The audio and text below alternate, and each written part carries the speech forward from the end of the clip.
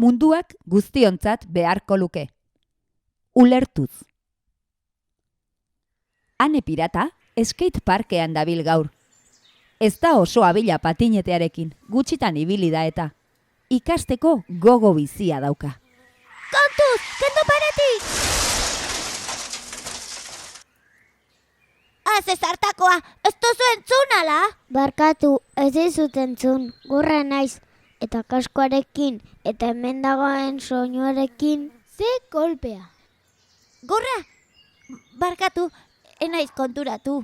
Lasai, nola konturatuko zinen ba? Gurra zarela esan duzu, baina orain entzuten didazu. Oso txikia nintzela, implante koklearra egin zidaten. Eta horri esker entzuten dut eta hitz egiten dut. Baina skateparkean zarata handia dago eta kaskoa jarrita izaten dugu. Horrelakoetan ez duzu hain entzuten, ezta? Gurpil gainean ibiltzea beti da arriskutsua. Seguruagoa da ni bezala.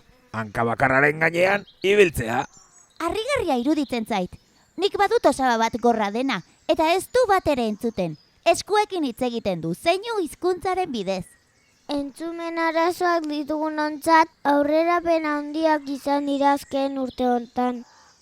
Audifonoek eta implante koklearrek mesede handia egin digute. Hala ere, badituzu zeinu hizkuntzan aritzen diren lagunak, Ander?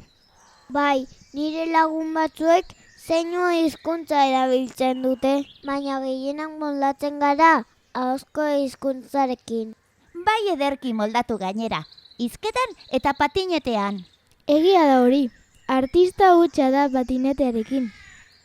Beldur pixka bat ematen dit. Lasai, Ane, Anderrek eta biok lagunduko dizugu. Eta erortzen zarenean, altxatzean ere lagunduko dizugu. Erorik gabe ezin ikasi patinetan, Ane. Lasai, erortzen ez diozu erakutsi behar. Hori badaki berak bakarrik egiten.